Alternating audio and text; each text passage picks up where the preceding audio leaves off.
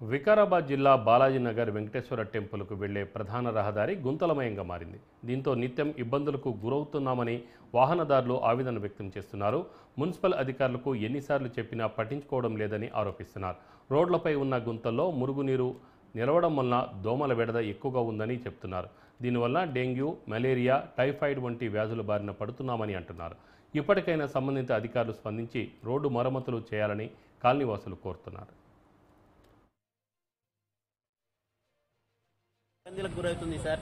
ప్రతిరోజు కూడా పిల్లలు పోవడం రావడం, స్కూల్కి వెళ్ళడం, వచ్చే వాళ్ళు అందరు కింద పడడం కానీ, బండ్లు స్కిట్ అయ్యి కింద పడిపోవడం కానీ జరుగుతుంది. ఇక్కడ మొత్తము ఈ నీళ్లు నిలవడం వల్ల మాకు దోమలు కూడా చాలా ఇదవుతున్నాయి. ఆ మోరి నీళ్లు కూడా మోరిలోకి వెళ్ళట్లేదు, మొత్తం రోడ్డు మీదే ఉంటున్నాయి. పట్టించుకునే నాదుడే లేడు మా గల్లీలో. వెంకటేశ్వర్ల గుడికి వెళ్తున్నారు, భక్తులు వస్తున్నారు, ప్రతి ఒక్క భక్తులు కూడా తిట్టుకుంటూ పోతున్నాడు. కానీ ఎవరు కూడా ఏంది అని అడిగేటోళ్ళే లేరు ఇక్కడ మా దగ్గర. ఇబ్బందులకు గురవుతుంది సార్. ప్రతిరోజు కూడా పిల్లలు పోవడం రావడం, స్కూల్కి వెళ్ళడం, వచ్చే వాళ్ళు అందరు కింద పడడం కానీ, బండ్లు స్కిట్ అయ్యి కింద పడిపోవడం కానీ జరుగుతుంది. ఇక్కడ మొత్తము ఈ నీళ్లు నిలవడం వల్ల మాకు దోమలు కూడా చాలా ఇదవుతున్నాయి. ఆ మోరి నీళ్లు కూడా మోరిలోకి వెళ్ళట్లేదు, మొత్తం రోడ్డు మీదే ఉంటున్నాయి. పట్టించుకునే నాదుడే లేడు మా గల్లీలో. వెంకటేశ్వర్ల గుడికి వెళ్తున్నారు, భక్తులు వస్తున్నారు, ప్రతి ఒక్క భక్తులు కూడా తిట్టుకుంటూ పోతున్నాడు. కానీ ఎవరు కూడా ఏంది అని అడిగేటోళ్ళే లేరు ఇక్కడ మా దగ్గర.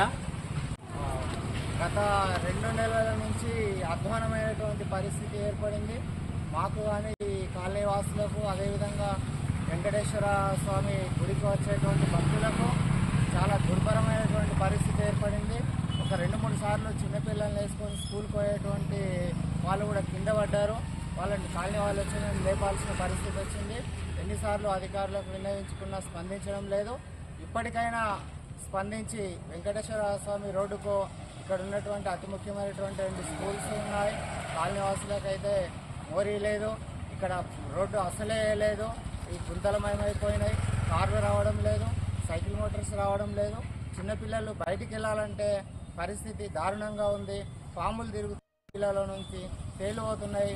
ఈ పరిస్థితి అంతా పోవాలంటే ఖచ్చితంగా రోడ్డు వేయాలని చెప్పేసి కాలనీవాసులు అందరము ప్రభుత్వాన్ని మరి మున్సిపాలిటీని ప్రత్యేకంగా మేము కోరుకుంటున్నాము.